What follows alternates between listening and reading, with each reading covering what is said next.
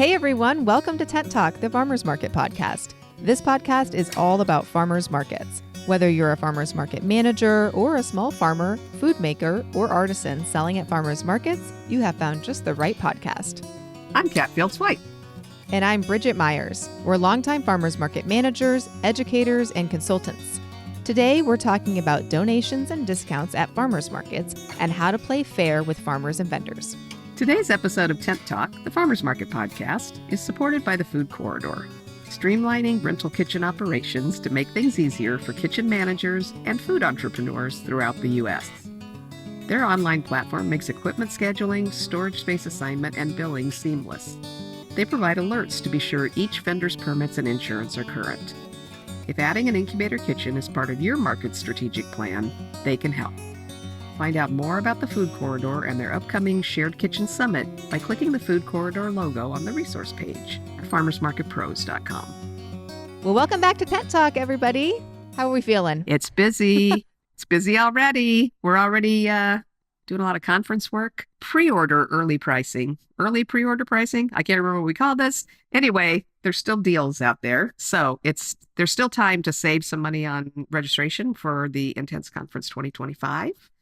Regular pricing will go into effect, I think it's the end of October. So you've got a little window here where you can still save, not quite as much as you could have saved last week, but quite a bit over full price registration. So jump on, get your tickets. The time is now. It's so hard. Like, I feel like this every fall where I'm like, am I planning for the next year? Like when I say 2025, I'm like, that is so far away, but it's no, we got to get hopping and get our schedules all set for the new year. So yeah, we're doing conference planning and you should too. Yeah. Our wonderful listeners.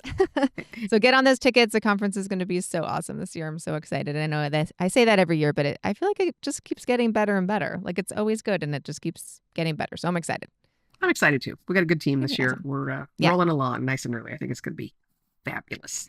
Yes. And what are the dates for the conference, Kat? March 10th through 12th, 2025 at the Catamaran Resort back here in sunny San Diego. It's almost always sunny in March when we have the conference. Awesome. So excited. March will be here before we know it. It will. Yeah. So I know this is budget season too. So the reason that we still offer some early pricing up until the end of October or so is because I know people are budgeting now for next year. So it gives them a chance to kind of get that taken care of early and included in your budget plans, possibly grant applications or future grant applications for some reimbursement.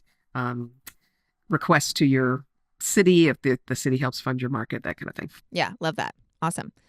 All right. Well, today on the podcast, we are going to be chatting about all things discounts and donations. This is something we've had lots of chatter about in our group and just in our own markets as well. Does your farmer slip a few tomatoes your way this time of year? If you're a food maker, does your market manager get a free lunch? How do you handle requests for donations to worthy causes from outside folks to your market? All of those things. So many topics, so many related topics.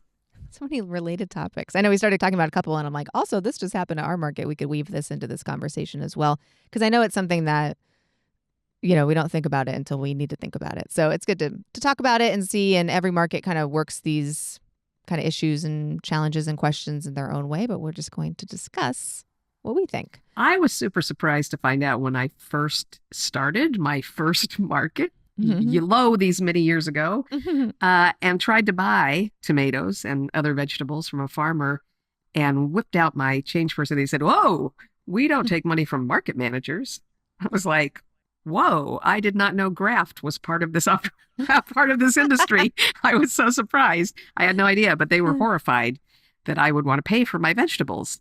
Which is awkward. It's kind of like when I have chef friends and I go out to eat and they want to just keep sending over comped stuff. And I know that they need to sell those things to make a living. And then I almost get hesitant to go back to that restaurant. And I'm a little bit that way sometimes with farmers that I know are invariably crazy generous and won't take money. I worry about that. So that's kind of how we started talking about this, that do your farmers give you free stuff at all your markets? Honestly, so I know that you told me that a long time ago when I started working at the markets with you, like some farmers will say, oh no, I can't charge you. Or vendors too, like I can't charge you for this stuff. So I know we talked about it way back then. And I would be like avoiding the farmers that would only give me free stuff just because like I have 3 kids and a husband and like I buy a lot of groceries at the market. I'm not picking up like a basket of strawberries. Like I'm picking up a huge box. I have like a old lady cart that I wheel through the market and like I fill it up. And so it's very uncomfortable, especially when it's like, these are small farmers. The whole point of my business is to make sure that they make money. So I don't want to take their product that they could definitely sell to other folks that are at the market. So I would just be avoiding them. And then, as the years went on, I would just start having conversations with them, especially like I think a good example is like a salsa vendor that we used to have, and she would always give me free salsa. And I finally was like, look, I like your salsa the best. It's my favorite salsa out of the whole market. I want to buy this salsa. Like I also like this other guy's salsa and he charges me. And so I've been getting that.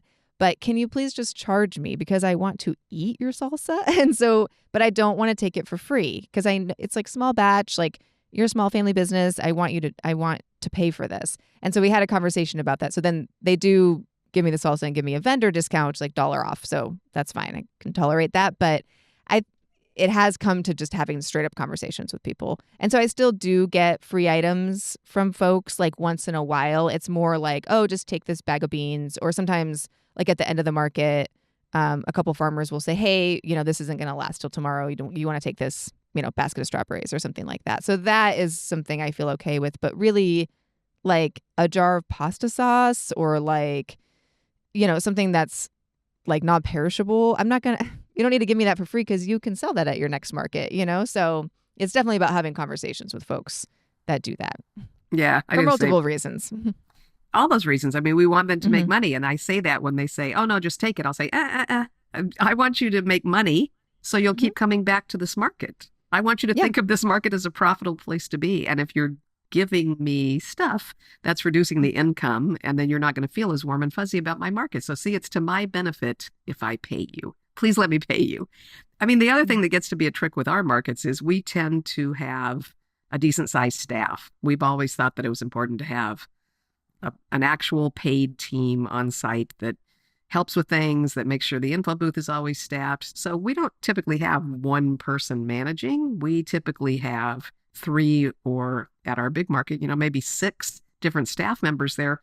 Well, if a farmer feels like they have to give free stuff to every member of the market staff, that's a lot of stuff to be giving away for free. That's not going to be good for their business. Yeah, exactly. It's like, and I don't want our team to feel the same way that we feel, where it's like, oh, we're avoiding these vendors because they give us free stuff, or anybody that's on the team who's not maliciously, but like kind of taking advantage of that because maybe they can't afford to buy everything that they want to at the market. And so maybe they're going to the vendors that hook them up with free stuff. And so that becomes a little tricky too, relationship wise, because we're in a position of management at the market. And so then when folks that we're managing are giving us free stuff, it's like, where do we draw the line between, are we getting like a favor? Do we owe them something?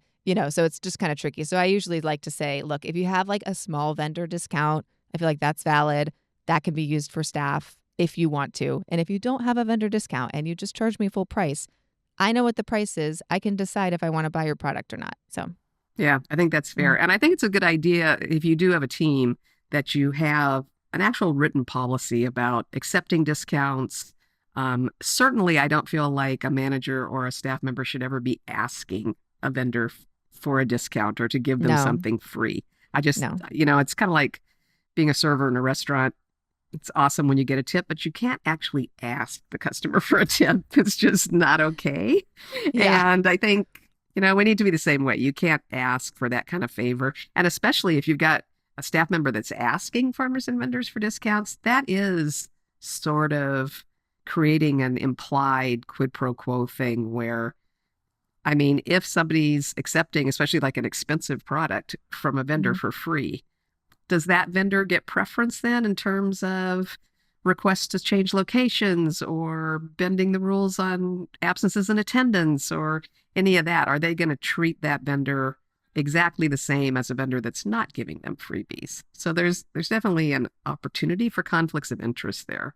Yeah, exactly. And this does get a little like nuanced and complex just because sometimes you're building a relationship with them. So like the vendors and the staff become friends. And so there's an exchange of product. And so, but it's more like the vendor saying, hey, like, I'm going to take this dozen eggs, just because they're out shopping. And if that farmer is like, I need to sell everything that's on this table and they don't feel like they can say anything, then it becomes an issue. I think around the holidays, like a lot of vendors try to give like, me especially, I don't know about my staff, but like gifts or like, little trinket things or like smaller items. I feel like that's fine and appropriate. And we, of course, do vendor gifts with our vendors that we're going to talk about later. But sometimes they try to give us like big ticket items and, it just kind of depends on who the vendor is. But I always feel kind of bad about taking like a high price item because I don't want the vendor to be like, oh, I gave that to her. Now, when I ask her for something, she should definitely, agree or help me out.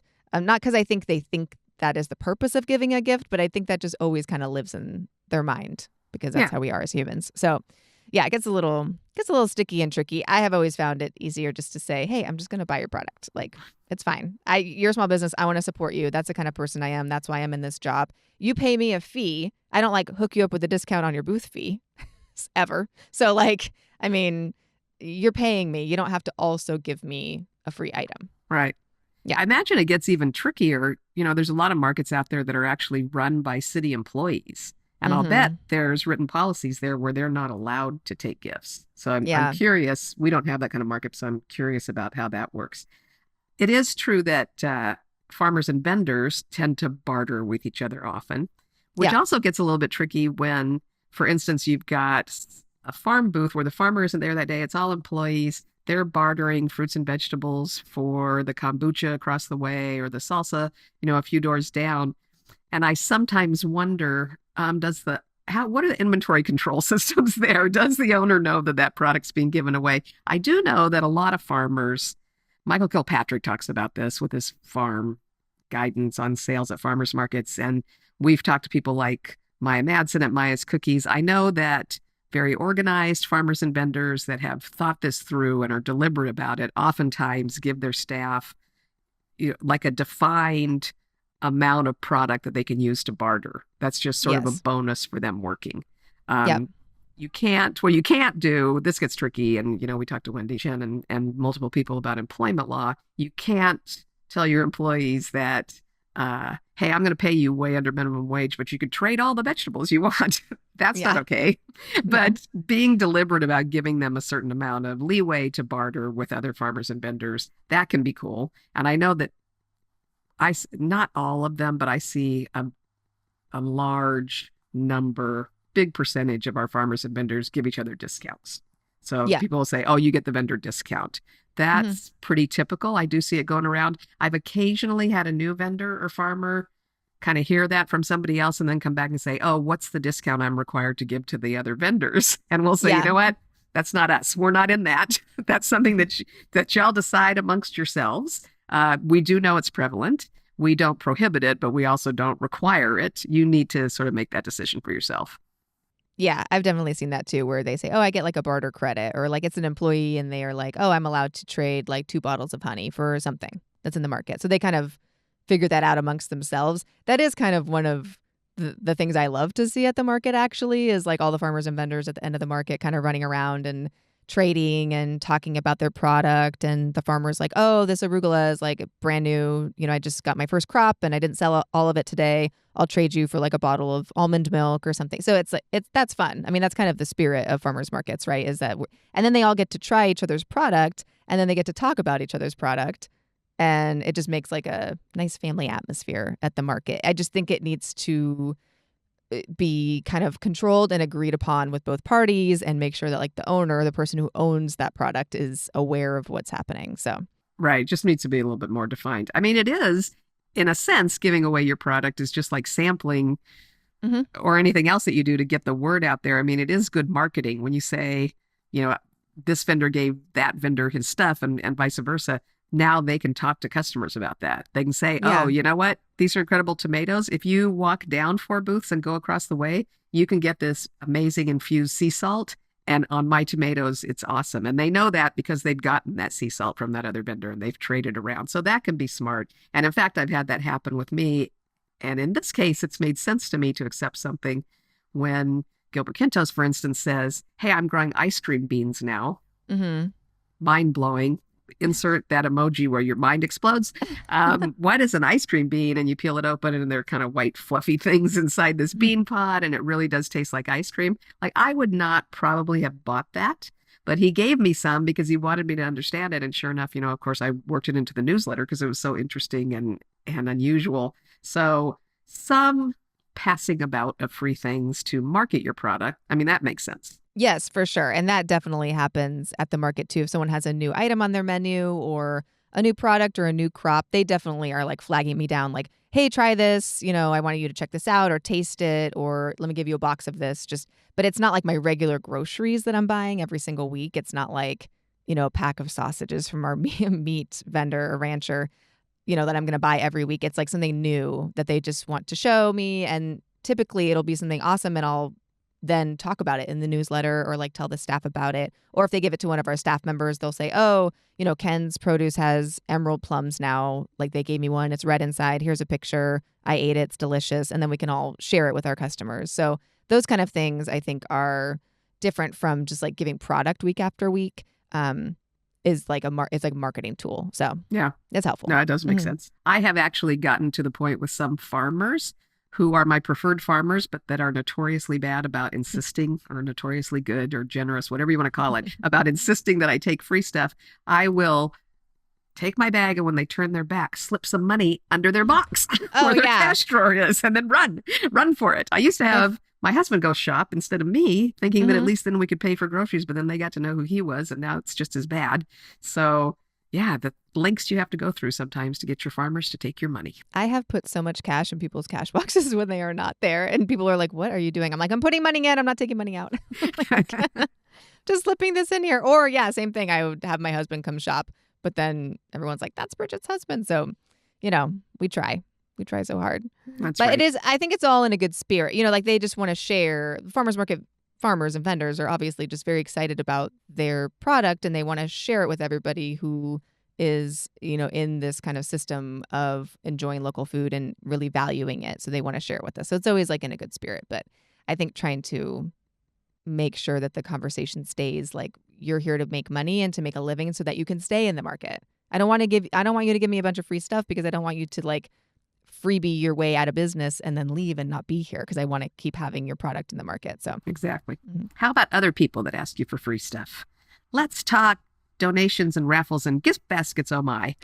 So many things. And as somebody who's been on both sides of this, as a school PTC president and fundraising, chairperson and things like that, and as a parent who's been in charge of collecting raffle bags and baskets and gift cards in order to fund, things like art and dance and Spanish and things that school districts should pay for. That's a different podcast episode we can have. But that I know that these, those fundraising baskets and gift cards that they can auction off and then keep the money for the programs at their school, those are really important. And so I know from that side, it's wonderful when you get businesses that can donate. Also from the market manager side, and just, someone who's worked in retail and had other businesses, it's also can become overwhelming if you get a lot of asks for these kinds of things, or what are they asking for? What's the purpose? Who's going to get this product? So I always just try to think like, where is this, like school, for example, like where is the school located? Are those people, are they like really far away? Are they going to drive to the market ever? Like, is this just a giveaway? And then that's okay too. Like, do they want a shopping bag and some products from the market as a giveaway so they can raise funds? That's fine. But really, I try to take a more kind of analytical look at things and say market money in like a shopping bag or a t-shirt, some kind of like marketing thing that you have, an item, a merch item, I think is better ROI with your gift to these folks asking for items, because with market money, then whoever wins that auction item or is gifted that market bucks, they have to come to the market to spend it. So then you bring someone new to the market to experience your market, and then that can likely turn into a regular market shopper. So that makes sense to me. Yes, it makes perfect sense, and it really does happen. And it happens to me all the time when we buy auction stuff. We'll get a gift card for some restaurant we've never been to because the restaurant donated it. We go have dinner there, and then now it's our favorite place, and we go all the time. I mean, that really happens. So with the market, it could be the same thing, but you want to make sure that you're not getting too tapped out on those kind of things. Yeah, there's so many. It's a matter of deciding who you give to. And it's tricky because they ask, and a lot of folks will come to us and say they want the market to give you a donation of a big, pretty gift that they can put on their silent auction table. Well, as the market, what are you donating? You don't have product other than a t-shirt or a market bag. So that's got to come from vendors. So do you expect the vendors to donate that product? Do you pay the vendors for that product? If you're paying for them, do they discount it? And is that fair? Because everybody gets some exposure. You can't pay rent with exposure. Anybody who's ever asked to do something for exposure knows that. So, I mean, how do we make that fair? Yeah, and I've done it a few different ways. I think at this point, when I am collecting things for a gift basket, I'll go around to maybe like some familiar vendors. I'm not going to ask the brand new vendor, I'm not going to tell them it's a donation. But usually I say, oh, I'm going to pick out this, pretty bottle of honey or olive oil. And then I say, oh, I'm putting together a basket for a donation for the local school fundraiser. And then I have my credit card out. I'm going to pay for it. Or I pay for it, with market money. So then it comes back in as a redemption. And then they'll either say, oh, great. And they charge me and I buy it and I put it in the basket. Or they'll say, oh, it's for a donation. I'd love to donate that. Like, can I donate this bottle because I have an excess of that? Or can I donate this flavor? It's our best seller and that would be great for this basket. Or some kind of conversation happens and they end up donating it, which is, I feel like as long as you're not asking a ton of time and like going back to the same vendors every single time, I feel like that has been okay for me. It depends on the vendors that you have in the market and what their reaction is to that. But typically that's how I do these baskets now. Yeah, I've been doing the same thing. We, and they do typically at least discount. Not always. If it's a brand new vendor, they just aren't thinking through that way. And that's cool too. Sometimes it's a really interesting product that I want to make sure ends up in that gift basket. So sometimes it's full price. Same experience. A lot of times they'll go, oh, well, if it's for that, yeah, I'd like to donate to that actually. Or there's somebody that's really tuned into marketing and they're like, oh yeah, I'd really like to have my product in that basket because I think people will come looking for me. So yeah, I think that's fair to just kind of let them make the choice. Sometimes when we do raffles for the market itself, like I think you did one recently as an anniversary, you did a raffle.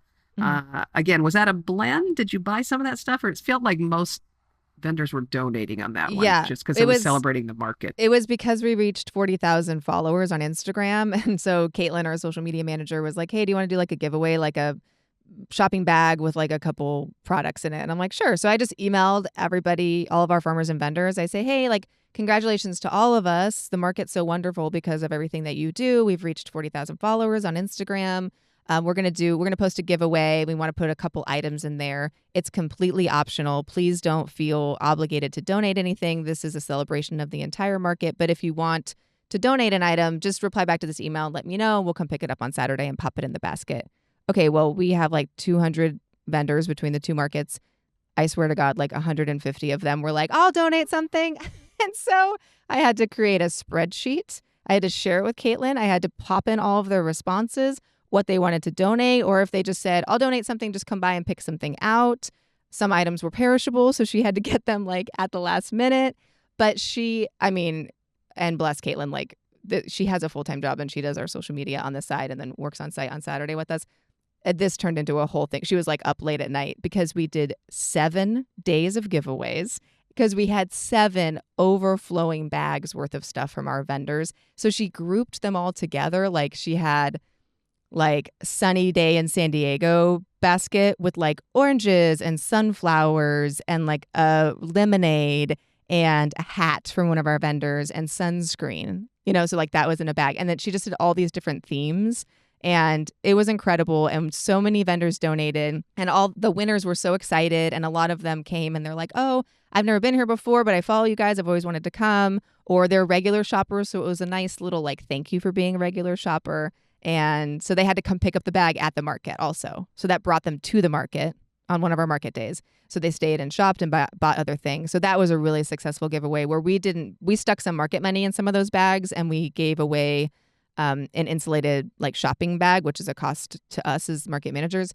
for that. But the rest of everything was just donated from the vendors and they filled those bags up. So that was, obviously really great. Huge. But that was huge. But that was very like internal. It wasn't like some school that we don't know if any of those people have ever even talked to us or been to the market or are aware of the market. So that's kind of like a like a question, like you just don't know if that's going to be an ROI. I think when you're doing an internal thing, those are your people, those are your followers that are seeing that, those are your shoppers. And so it felt a little bit closer to home to do that. And I think the vendors were happy to do that because it was a great marketing tool too, because they got photographed to death, all their products, and she did some great photos and talked about it and tag. And everyone, I think the criteria was you had to follow each vendor that had an item in that basket. So that's what we kind of proposed to the vendors. And so I think they felt that it was a good marketing opportunity for them. And it was. They said everyone that participated was saying that they got a bunch of new followers, they got new shoppers. So it ended up being a good investment of their product. Yeah, that's huge. It was a ton of work, So much work on the back end. Yeah, thank you, Caitlin. Yeah, but you did a good job. That actually makes me think, because I had forgotten that, they had to come to the market to pick up the baskets, which was a huge deal. It kind of makes me think when you're giving a gift basket to a school or something, maybe what you want to do is assemble that basket, take a really nice picture of it, stick it on foam core or on a little easel on that silent auction table, but then make the winner come to the market to pick it up. Yeah. Maybe not quite the oomph at the silent auction table, but it would get us where we're going. They would have to come to the market and actually see what the market's about. And because obviously once you get somebody there, they keep coming back. Markets are wonderful things. And I mean, a pro tip for that is to say that the basket includes some perishable items. So like a dozen eggs or a packet of sausage or, a cold beverage. So you have to come to the market to get it because we can't stick that in the basket. Oh, that's a clever idea. Okay, so even if you did give them a basket, you could put some kind of cute cards in there that say, this basket also includes breakfast sausage. You got to come pick that up at the market. Mm-hmm. Exactly. Great idea. Yeah, really smart.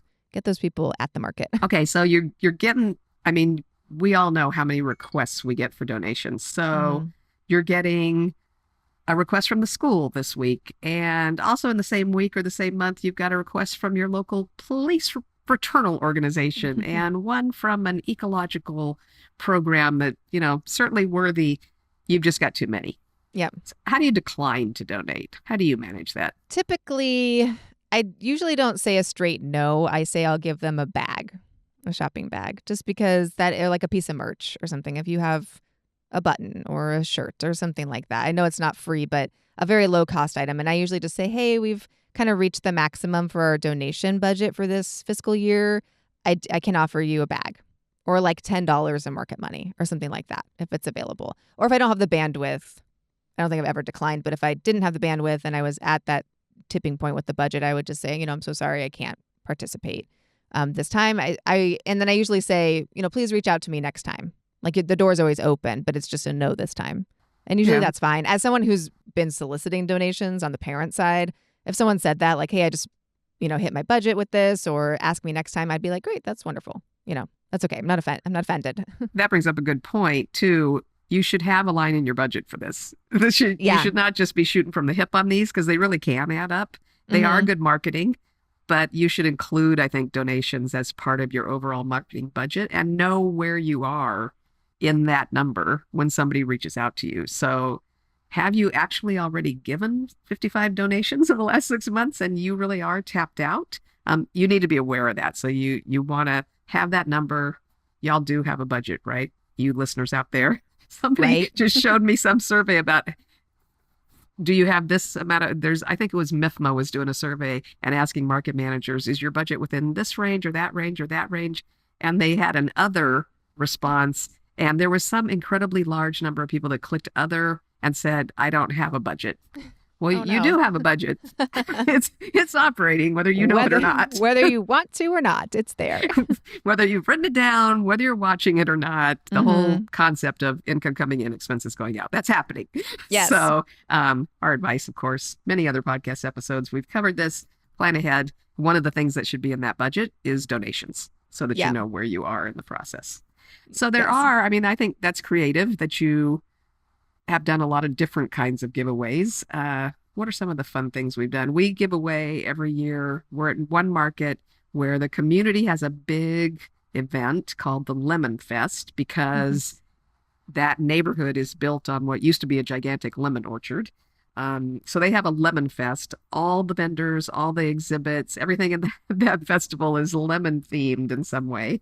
We, of course, in our analog marketing dedication, go out and do a booth for the market and collect emails and give out raffle tickets for a market basket that they'll have to pick up at the market.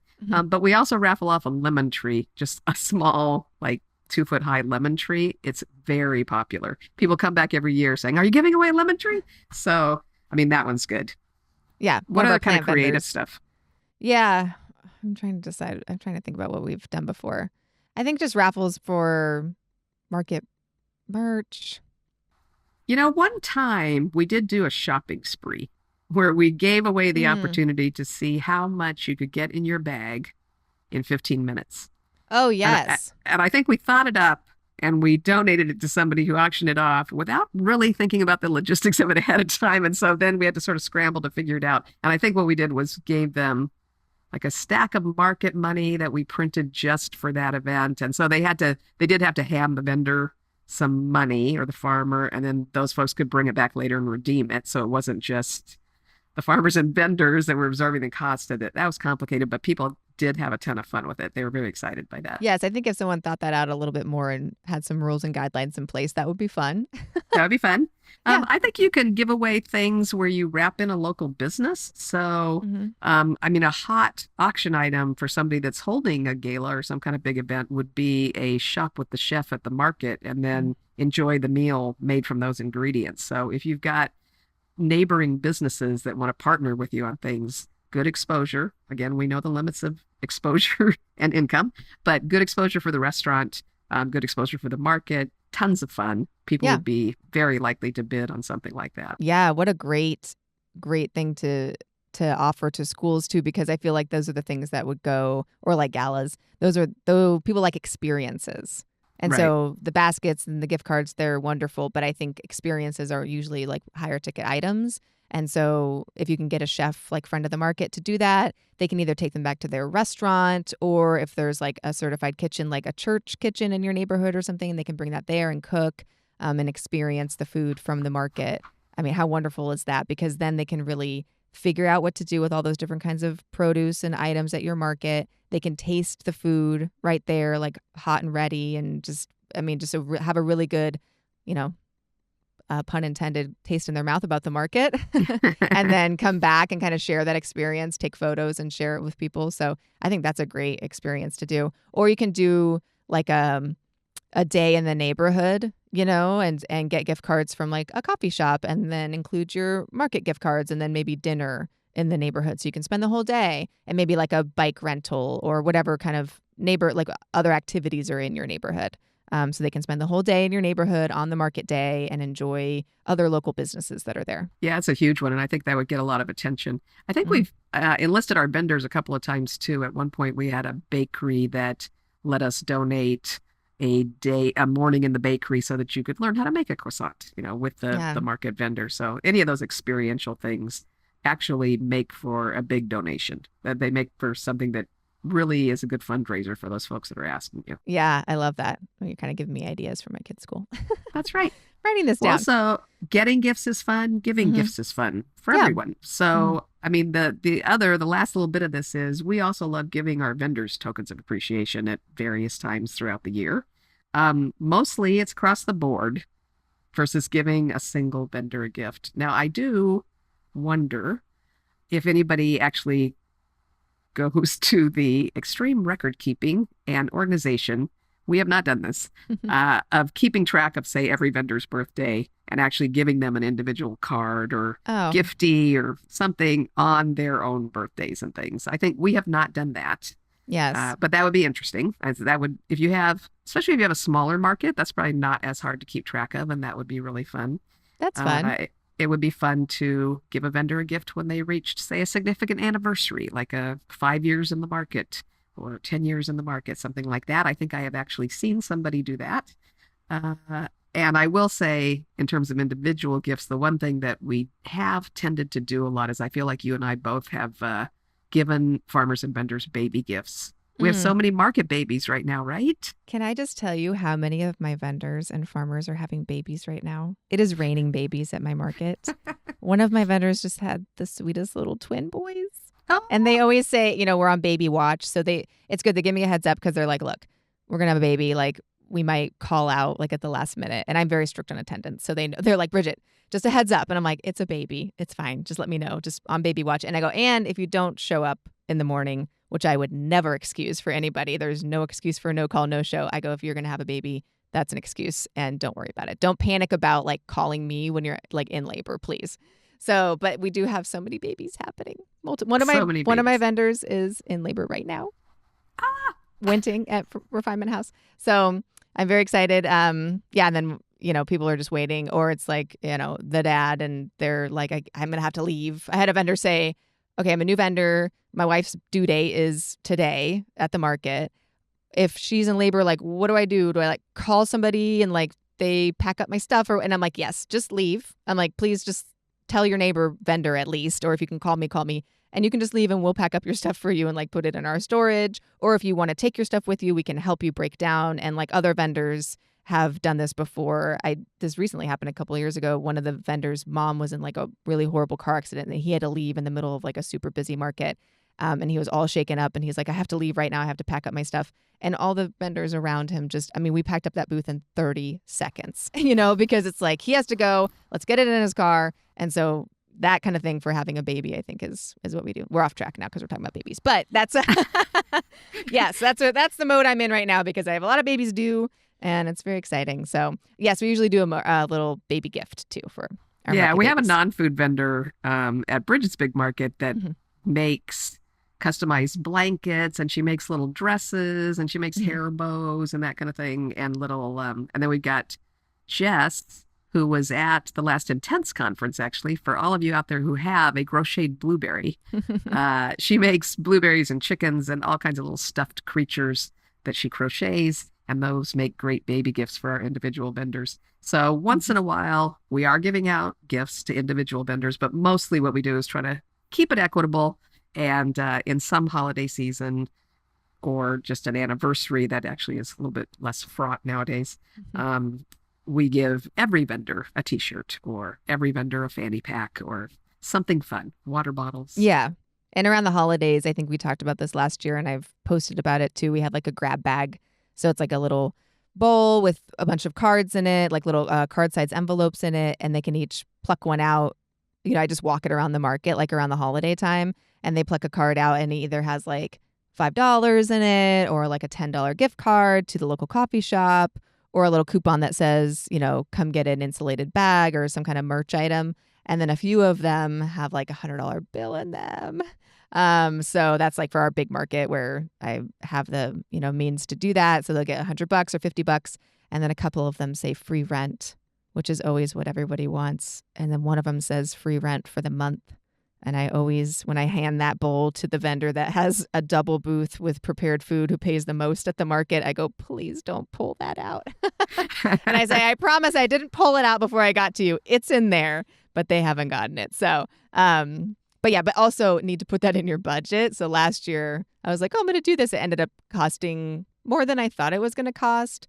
I was able to afford it. But 2024, I've been like stowing money away every single month. It's in my monthly budget to put a certain percentage of that cash away. And so now when the holiday season comes up, I am fully ready to like afford that grab bag bucket, which is what I like. I mean, I like that. I think, Kat started that at the market many years ago. The vendors love it. It's just fun. Even if they get $5 or whatever, like it's just fun and funny. So I'm ready to do that. And I don't have to like spend a bunch around the holiday time to do it. It's already all saved up. So that's super fun if you can do that. Even if it's like $5 for everybody. I think we had someone in our group asking about like a $5 to $10 item because they can't really give more than that.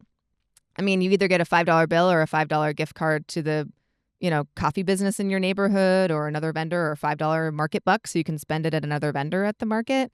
That's exciting for folks and it's fun. And then you just say, I appreciate all of you so much. And here's like a token of my appreciation. The vendors appreciate the gratitude. They really do. Even just saying thank you and it's been a great year and thank you for everything you do, that is really meaningful for them. Just like when they tell us that. We usually get cards, and there's one vendor that gives us like a very expensive gift every year, and I love them so much. And I've always been like, you don't need to do that, but they find joy in giving us very nice gifts. But it's nice to just get a little card and get a thank you, or like a little thing of their product and just say, thanks for being great market managers. We see all the hard work that you do. So it's a nice reciprocal thing to do. So that's a good gift exchange. Really is the thought that counts. People appreciate being appreciated. That's right. Well, so whether you're graciously accepting or occasionally declining a gift from farmers or vendors, remember that what they produce has a cost, and the income from selling that is what supports them and their families. Remind them of that gently from time to time as well. And then know that they're sharing these things with you freely because they love what they do and they consider you part of their market family. Appreciate that gesture, don't take advantage of it, and be sure you gift your market community in return every chance that you get with the best farmers market that you can create. Thanks for listening today. And big thanks to the Food Corridor for making things smooth and easy for rental kitchen managers and food entrepreneurs throughout the U.S., and for supporting Tent Talk, the Farmers Market podcast. Find more information by clicking the Food Corridor logo on the resource page at farmersmarketpros.com. Thanks for listening to Tent Talk today. Please leave us a review on your podcast app or wherever you listen to Tent Talk. Let us and others know how you're enjoying the podcast. Be sure to subscribe so you don't miss the next episode of Tent Talk. Connect with fellow Farmers Market folks in our private Facebook group, the Farmers Market Pros Community, and follow us on Instagram at Farmers Market Pros. Find online education and other resources at farmersmarketpros.com. Tent Talk is brought to you by Farmers Market Pros, where passion meets profit. Tent Talk is hosted by Kat Fields White and Bridget Myers and produced by Leandra Hayes, with original music by David Mead. Tune in next week for another great episode.